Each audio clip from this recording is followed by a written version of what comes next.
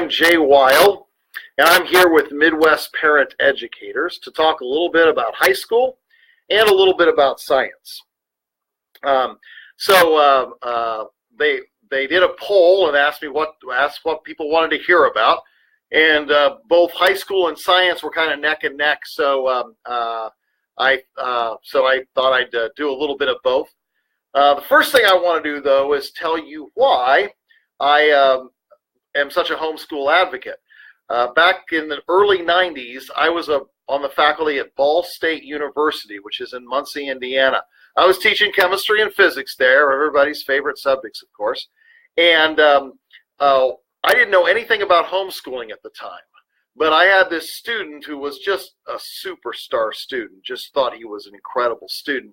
And he was in my office one day, and we were talking, and I said, you really must have been gone to a great high school because you know so much chemistry already. Where'd you go to school? And he kind of sheepishly looked around and said, well, I went to school at home. And I really didn't know what that meant. I didn't know what it meant to go to school at home. So I thought maybe he was sick, and couldn't go to school. And so I said, oh, so you had some tutor come to your house and help you with your schoolwork? And he said, no, my mom taught me. And I said, so was your mom a nuclear physicist? Because she obviously taught you science really, really well. And he said, no, she didn't even go to college. And I was just amazed that a mother who had never gone to college could teach her child well enough to come in and be my star student at Ball State University in chemistry. And so I kind of, thought about that for a while, didn't do anything right away, but I started noticing these other students who had similar characteristics, and I found out many of them were homeschooled too. And one day as I was driving to work, I came to the startling realization that if I thought of my 3 top students at Ball State University, all 3 of them had been homeschooled. And I thought, wow, if homeschooling is sending me my 3 top students, I probably at least ought to take a look at it. So I did some research in the educational literature, and I found that my experience with homeschool graduates was not uncommon at all. That in the end, homeschool graduates excel at the university level. And I just want to show you one example of a more recent study that shows this. So it's a little hard for me to show here, but I'm going to try anyway. This is a result of a study that the University of St. Thomas did on their students. Now, the University of St. Thomas is a Catholic university, so it splits its students up into 4 categories: homeschool graduates, graduates of private non-Catholic schools, graduates of Catholic schools, and graduates of public schools. And the study looked at several things, but I just pulled out 3 key factors. First year grade point average. That's their grades they get the first year. That, I think, is very indicative of how well their high school experience prepared them for university. Notice that the public, Catholic, and private school graduates are pretty much all the same. However, the homeschool graduates are significantly higher. Then they went to their 4th year GPA. So after they've been in school 4 years, how were they doing grade-wise? And you see the homeschool students are still on top, but the other students have caught up a little bit to them. But nevertheless, the homeschool students are still on top. And then, of course, something that should be important to every parent is the 4-year graduation rate. What percentage of students actually graduate in 4 years? And once again, you can see homeschooled students are significantly more likely to graduate in 4 years. So whether you're looking at grade point averages, the success of graduating in 4 years, or whatever, homeschooling prepares students incredibly well for university. So at the time, I didn't have kids of my own. I wasn't homeschooling. I was just a professor, and my best university students were homeschool graduates. That's what got me interested in working with homeschoolers. Now, after I had been working with homeschoolers for a while, my wife and I adopted a teen, and we started homeschooling her. But I got into homeschooling before I had kids to homeschool. I got into it simply because it was sending me my best university students.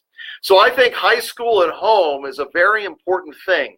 Not only does it prepare your children for university, but if your children aren't going to university, there are other studies that show they're better citizens if they're homeschooled.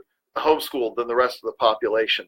So I do think homeschooling at the high school level is very important. And in fact, I think homeschooling at the high school level is more important than homeschooling at the elementary level. Because in the end, students feel a lot more social pressure in high school than they do in elementary school. And so they're much more likely to be influenced by the wrong people in high school than they are in elementary school. So I think it's much more important to guard their peer group and supervise them more at the high school years. And also, you'll get better academics as well. So it seems to be like a no-brainer. High school at home is very, very effective at producing not only good university students, but also good citizens and good members of the society. So what do you do for high school? I mean, it's pretty easy to understand what you're doing for elementary school. You're doing reading, writing, arithmetic, that kind of thing. But what do you do for high school? Well, I've got another hard to read picture for that. So let me show you that real quick. I think there are certain things you have to hit. And so you have to be able to communicate. So you need to concentrate on communication all 4 years. Reading, library research, writing, all of those things. So 4 years of English and library research. 4 years of science. Now, I'm saying that because I'm a scientist. Actually, most universities only want to see 3 years of science. And in fact, only 2 of those years have to have a laboratory component. So the general rule of thumb for universities is 3 years of science. One of them has to come from the life sciences, like biology or zoology or marine biology or something like that. One of them has to come from the physical sciences, chemistry, physics, something like that. The other one can come from any branch you want. And only 2 of those 3 have to have a laboratory component. So in any event, but I say 4 years of scientist because I'm a scientist and I think every student should spend a lot of time on science. You need a year each of U.S. history, world history, geography, and government. Now, you're probably doing that at the younger ages, but you need to do a year each in high school of those things because you need to know your place in the world. You need to know, your place in history. You need to know what the world is around you, and you need to know how your government works. You've got to be able to use a computer for more than Facebook. You got to be able to do a word processor, a spreadsheet, at least minimum, on the computer. So you need to be able to do that. You also need 4 years of math. That's very important. There are a lot of people who say, by the time you finish high school, you've got to be through Algebra 2 or you have to be through calculus or something like that. I disagree. I don't think you have to be through any particular level of math at the end of 4 years. But I do think the student needs to have 4 years of math because in the end, math trains your brain to think a particular way. And it's important to train your brain to think that way. So you should be doing 4 years of math without any particular goal unless your student's science-oriented or math-oriented. But you should be challenging them with that math every 4 years. You need to do a year of health, physical education, things like that. This is not a science course. This is a course on living a healthy life and developing good health habits and things like that.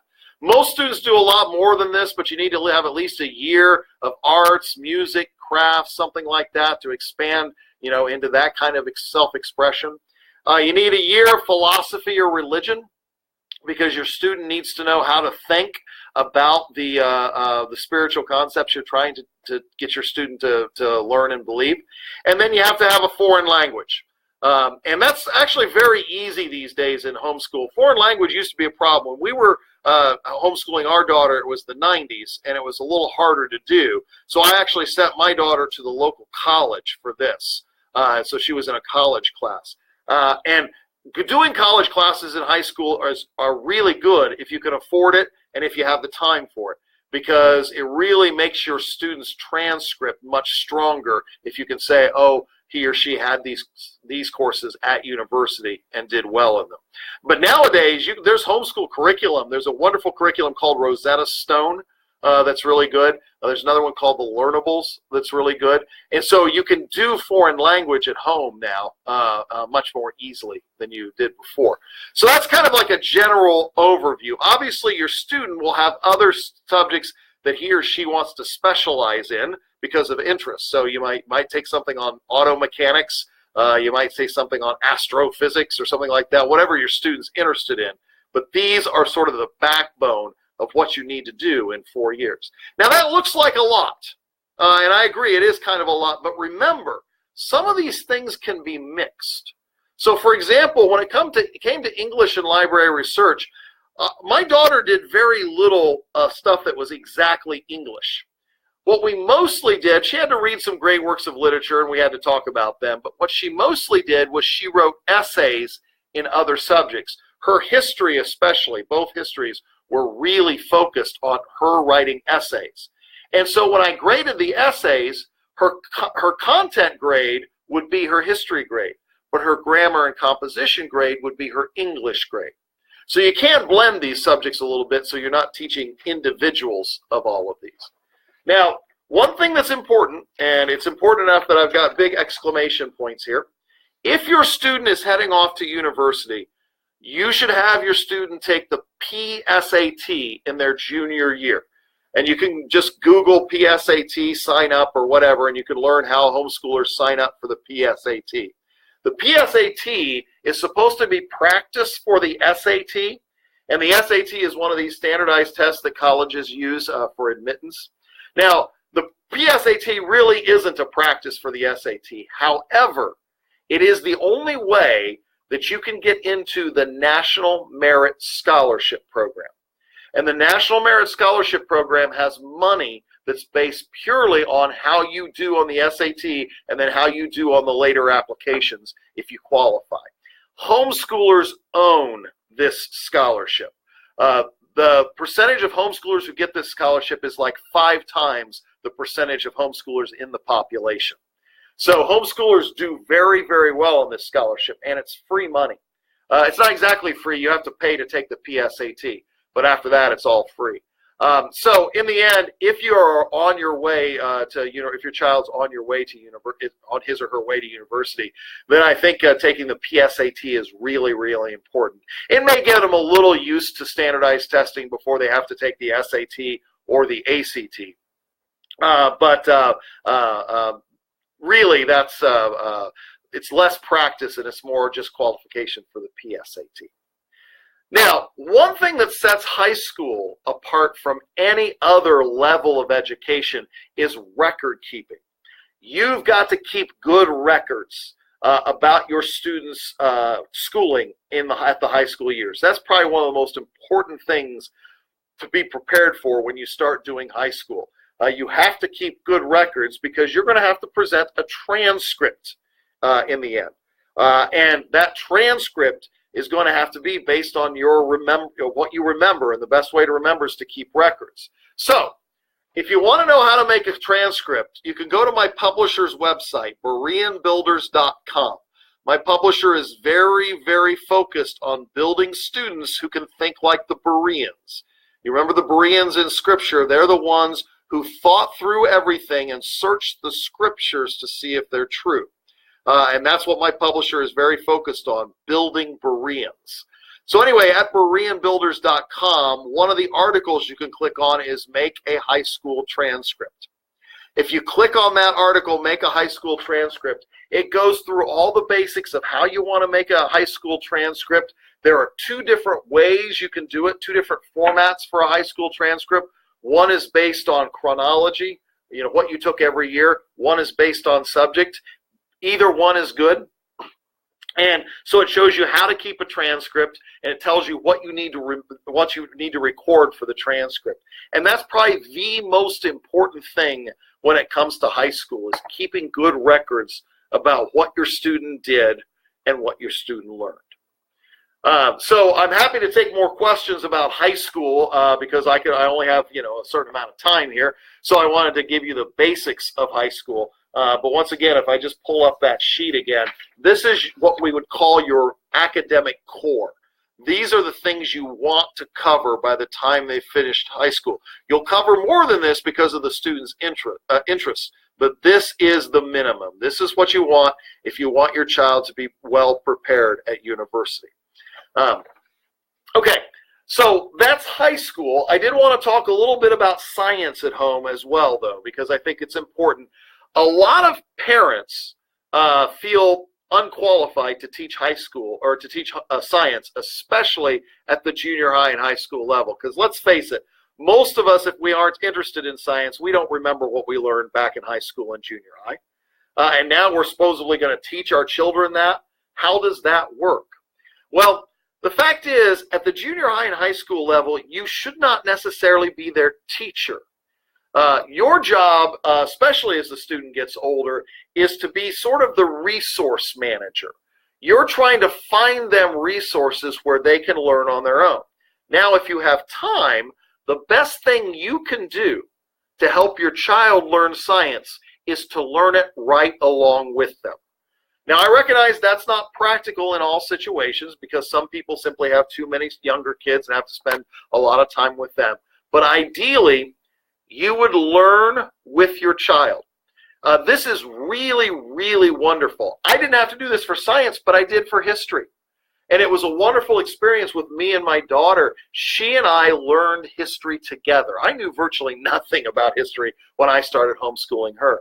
And in the end, the two of us together learned it better than either one of us separately. And you will experience the same thing if you try and follow the student right along in the textbook and everything. In the end, you can help your child learn science simply by learning right along with them. And please understand, this idea that you have to learn science by doing experiments, that's wrong. Students don't learn science by doing experiments. Now, experiments can be very good for students. I'm not saying don't do experiments, but what I'm saying is they're not necessary for the learning process. And I want to make it clear how unnecessary experiments are. When I was speaking to homeschoolers in New Zealand, I know my job's lousy. I have to travel to New Zealand and talk to homeschoolers there. I was in Christchurch, which is the university, and it holds the university that gave us Ernst Rutherford. Now, Ernst Rutherford was the guy who figured out the basic structure of the atom, so he was pretty darn good scientist. Well, there's a little museum there, and one of the exhibits in the museum is a letter he wrote to the Board of Regents asking if he could use a cloakroom for one semester. The reason he needed a cloakroom was he had come up with an experiment that he wanted to do, but there were no experimental facilities on campus. The university that gave us Ernst Rutherford didn't even have a science lab. And in fact, in those days, generally, you didn't get into a lab until you were in graduate school and you were vouched for by another scientist. So people learned the science not with labs. They learned it from books. And that's the main way you learn science. Now, we, collectively, as scientists, we learned science by experiment, but it took us 3,000 years. Most students don't have that kind of time. So you don't learn science from experiments. Now, experiments can be very valuable because they can give you visuals for things you otherwise wouldn't have visuals for. They can help you understand things a little more clearly, but they are absolutely not a necessary part of the learning process. Now, as I said earlier, most universities want to see at least 2 science courses that have a laboratory component. And of course, there are a lot of homeschool curricula that have a laboratory component in their sciences. My science courses have labs that go right along with the book, and they're made for you to do at home. But please understand, your labs do not have to be connected to your curriculum. You can cover the Bob Jones biology book, for example, without doing a single lab, and then send your child to a summer camp where they go for a week and they just do a bunch of biology experiments. The book is your book work. The summer camp is your laboratory component. And you can legitimately say, I had a biology course with a laboratory component if you do it that way. So there are ways to solve the laboratory component. And remember, in high school, you only have to have 2 science classes with a laboratory component. So it's not nearly as daunting as you may think. And other thing I want to say, because it's important to me, I believe science is more than just an academic pursuit. Certainly throughout most of science history, it was more than an academic pursuit. From the time of early Christians, as early as 300 BC, people were doing science to learn more about God.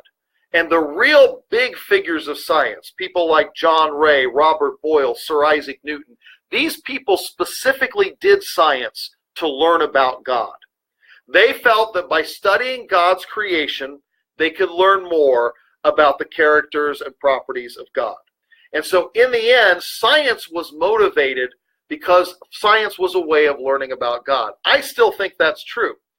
And I want to try and communicate that to students who use my curriculum, that science is more than an academic pursuit. It's a way of learning more about the Creator by studying His creation. So don't shy away from science. Look at it, if nothing else, as a way to learn a little bit more about God. If nothing else, when you learn science properly, you at least come away with an incredible awe for the power and majesty of God. To this day, I don't understand how anyone can be a scientist and not believe in God. I just don't understand that. I started out as an atheist, and the more science I learned, the more I realized being an atheist doesn't make any sense. And so science brought me to God. I think it points unerringly to God. And so I think science is a way of learning about God. Okay, so that's my little pitch on high school and science. But I did want to take some questions. I can't quite. Oh, here I see the comments now. I'm glad you're enjoying science in the beginning, Kristen. That's really wonderful, and I do think you'll learn a lot about God when you use my curriculum. I'm glad, Jennifer, that your daughter loves science. What do you recommend in terms of grading for your students' high school science courses? Melissa's got a great question there in the comment box. What do you recommend for in terms of grading for your students? Tests only, practice review, something like that. This depends a little bit on how early you start doing a rigorous science curriculum. I think the early years elementary school should be mostly fun. It should be the discovery-oriented part. I don't recommend taking tests in elementary school at all for science. I recommend tests in math and some other things, but not science in elementary school. Elementary science should be a process of discovery. I think once you get into junior high, you have to start taking tests. Well, when a student has to start taking tests in a subject, you're going to have to force them to do work. So I think early on in junior high school, for example, you need to grade their review, because otherwise they either won't do it or won't do a good job on it. So you need to grade their review. You need to grade, if you're using my curriculum, I have these things called on your own problems. In my chemistry book, they're called comprehension check problems. You need to grade those too, because you need to get them understanding that they've got to do this work in order to be prepared for the test. However, as they get older, you should stop having to grade so much, because they should learn that it's important to do these things whether or not they're graded. So ideally, if you started this in junior high, by high school, the only thing I would grade is their tests and their labs. All right? For those courses that have a laboratory component, the labs have to be a part of the grade as well. Now, you don't grade your laboratory component on how well the experiment went. You grade your laboratory component on how well the student reported on the experiment.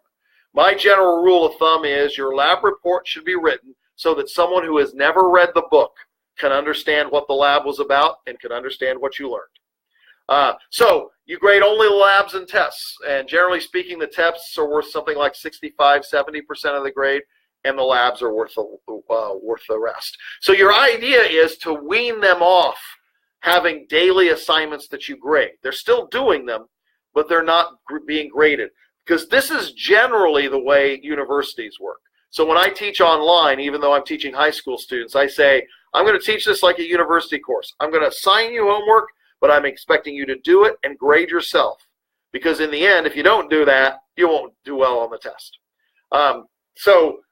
That's kind of my goal, wean them off this daily graded stuff.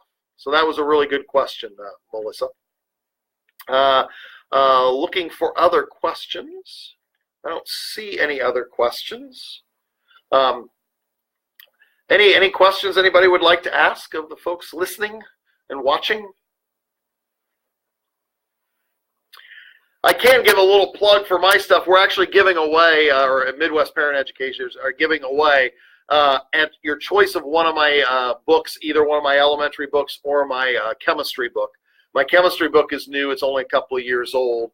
My old publisher went with a different set of authors. I wasn't happy with what they did, so I ended up writing another one on my own. My chemistry book's fairly new, and so if you're thinking of you're going to have a chemistry student soon, you might want that book. Otherwise, I've got 5 elementary books. My elementary books start with the days of creation, and you study a little bit about what was created. So like the first day light was created. So your first set of lessons is on the properties of light.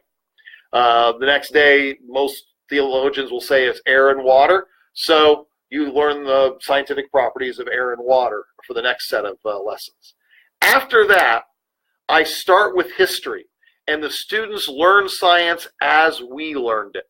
So you learn science chronologically, and it's a really cool way to study science.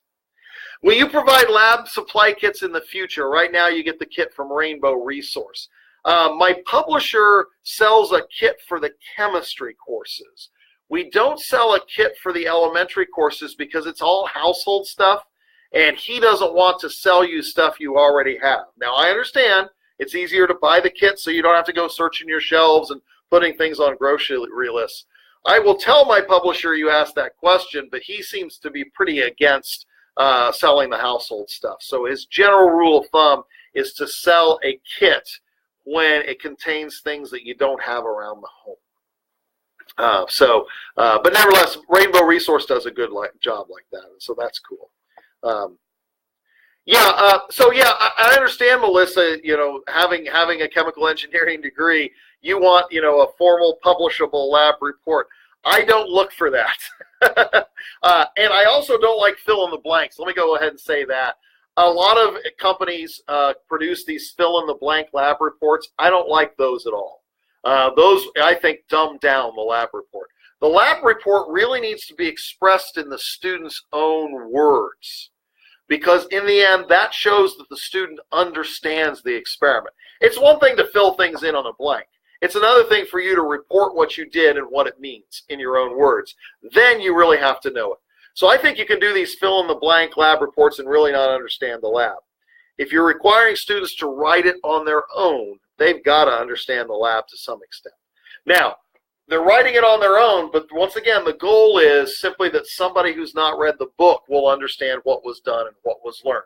So it's not as intense as a lot of formal lab reports, I don't think.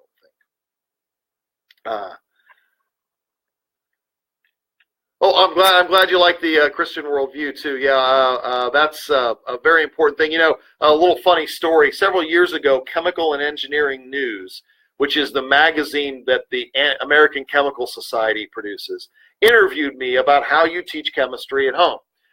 And so we had the nice interview, and the author of the article asked me, some parents don't like the fact that you've written it from a Christian worldview.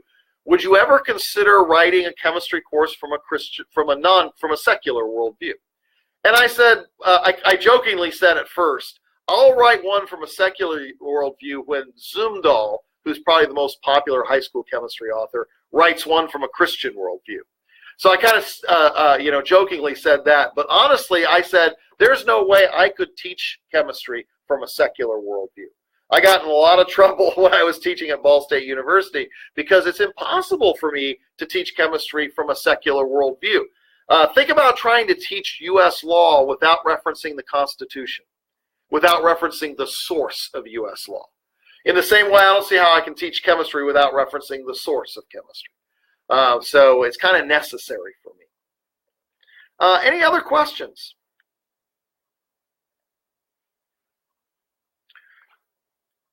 Okay, I'm not seeing any other questions. I don't know how the giveaway works because I'm just a guest here. If you comment on the video in live time, you'll be entered. Okay, so all you have to do is make a comment about how wonderful I am or how ugly I look or something like that, and you'll be entered in the contest. Okay, I don't see any other questions. Am I missing any? Oh, two more questions. Okay. Oh, here we go. All right, I'm seeing them now. What history curriculum do you recommend to be in the same period of time with your elementary? it's really tough to synchronize science with regular history, because regular history plotted on at a fairly normal pace. Science started out slowly and then picked up. So it's really hard to synchronize. However, you can try, if you go to my publisher's website, which is, let me get it again, bereanbuilders.com, and instead of clicking on Make a High School Transcript to learn about high school transcripts, you can find a link to how to synchronize it, of the elementary series, with the major history courses out there. So we've got a link on how to synchronize it with Mystery of History, how to synchronize it with My Father's World, how to synchronize it with Diana Waring's curriculum. So we have that for most of the major histories. I personally, and in those articles, I tell you how to do it exactly synchronized, but then I tell you how I would do it. And generally, the way I would do it is I would start it at the same time you start regular history. I would start my first book, and that way your science is always behind your history, and that way your science reviews the historical people you've already talked about, and reviews the periods you've already talked about. That allows you to have a more regular pace in your science. So Macy's asking, can you talk to us more about being a resource versus teaching in high school? Absolutely. So your goal really is to develop an independent learner. I was talking to a homeschool graduate who's now an electrical engineer, and he said when he got to Cedarville University, he found that he was behind in math. He thought he was really good at math, but compared to his peers, he was behind. And I said, well, you got a degree, so obviously, you figured it out. What did you do? And he said simply, I learned on my own and caught up. Because homeschooling had taught him how to learn on his own. So it didn't matter that he hadn't covered all the right math. He was able to learn on his own and catch up. That's your goal, to produce that kind of learner. So you want to try and get these students learning on their own. So if you have the time, the ideal way to do that is to start early, like in junior high school, when you're starting your first really rigorous science program, and learn along with them, follow them in the book, ask them questions about what they're reading and so forth, but then over time back off and see if the student can still keep learning. And also, if you have troubles, if your student's having troubles, as a resource person, your job is to find whatever tools the student needs to figure things out. So, for example, there are a lot of great YouTube videos on all sorts of science subjects. Maybe you can help the student use the YouTube to find a video that explains things better. There's a free site called the Khan Academy, and they have a lot of helpful videos. So in the end, it may be, as a resource person, your main job is to simply find the tools the student needs. So maybe the student needs a different kind of curriculum. Maybe you need to find a tutor to meet with them once a week or something like that. But as the resource person, your goal isn't to teach them. Your goal is to give them the resources they need to succeed on their own. Now, this doesn't happen overnight. So initially, you probably will be teaching them more. But this is why you start with a rigorous science program in junior high, so you can get them trained so that they don't need you as much. Yeah, it's good. It is good, Amanda, to stay ahead of the game. That's for sure. Okay. Anything else? Am I missing anything? I've got a coach who's texting me because this is my first Facebook Live event. So if it's lousy, it's my fault. It's not MPE's fault.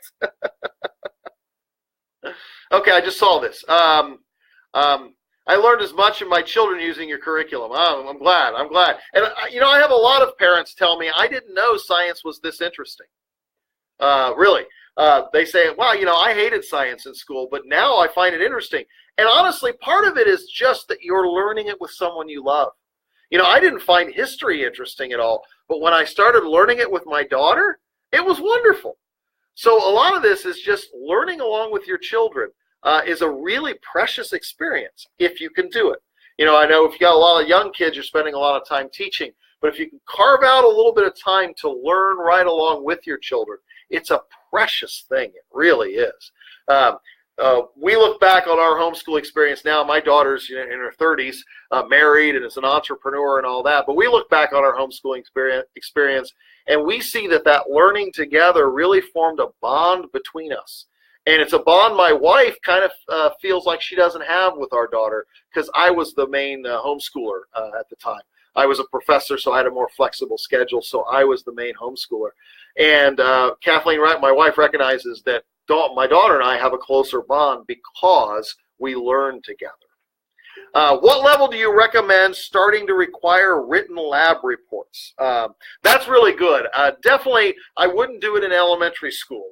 I want them to be confident with writing before they start trying to write about science. So part of this depends on your child's development. You want to shoot for junior high school.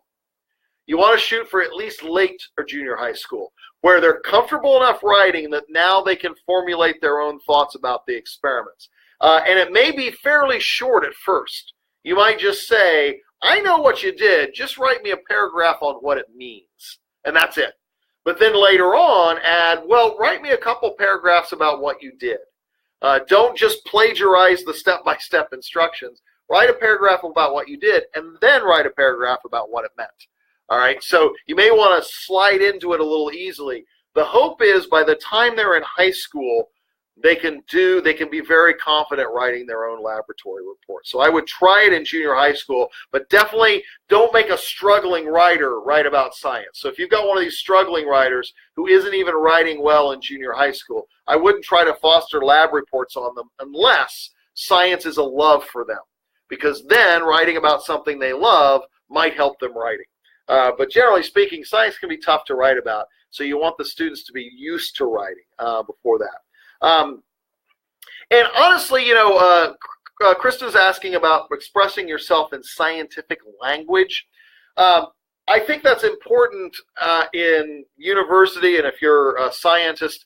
But honestly, as long as you're using the right terms, that's the only thing I worry about with scientific language. I don't worry about writing like a scientist. I worry about using the proper terms. So if a student's looking at an onion root tip and he's looking for the stages of cellular division, that's called mitosis. And so he should be able to say, I looked at these stages of mitosis. But I don't think the student has to, write in a dispassionate, sciencey way. Not at all. Okay, so I got that one. All right. So do you recommend waiting until, so I definitely recommend that until after the elementary years. Now, what works really well with elementary students oftentimes is called narration. It's a Charlotte Mason technique where you just ask your student, explain back to me what you just learned. So the book just told you what that experiment meant. Now you tell me what that experiment meant. That's a reasonable thing to do for upper elementary kids. And that's a good practice, narration. And that helps them learn how to express themselves and so forth, but not writing. Are any tips for teaching high school chemistry in the co-op setting? Absolutely. I got tips for everything. Of course, the advice is free, so you got to take it for what it's worth, right? But in my opinion, the main thing you want to do in a co-op setting is the labs. Labs are always more fun to do with other people. So one of the big benefits of doing science in a co-op setting is doing the labs. So I would definitely say concentrate on doing the labs. And in my opinion, you do the labs that are going to be about the stuff you're reading next week. So you do the labs before you do the reading in a co-op setting. That way, because you figure the students are supposed to be reading at home. If they've done the labs ahead of time, then they already have those pictures in their mind when they read about them. So they won't understand all the science necessarily of what they're doing while they're doing the lab. But they'll have that visual so that when the lab is explained to them, they'll know what happened. So I strongly recommend doing the labs for what's going to happen next week. Depending on how much time you have in co-op, obviously co-op can be a place for answering questions and maybe covering some of the harder material, but I think the focus ought to be in labs, and the labs should be done beforehand.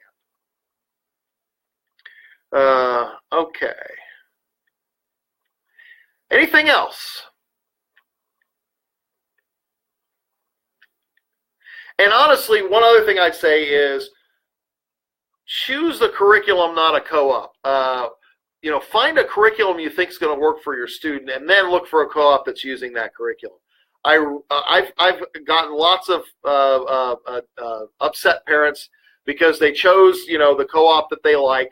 It was using a book that they didn't really want to use, but it was their co-op, so they went, and it was a disaster for the child. Learning is individualistic, and so you need to choose. But one of the great things about homeschooling is you can tailor the curriculum to the student. Don't give that up just to be in a co-op. Okay, well, that looks like everything, and I've bored you guys for 40 minutes, which is my daughter can pretty much turns off after 20 minutes, so it's nice that you're hanging around for 40.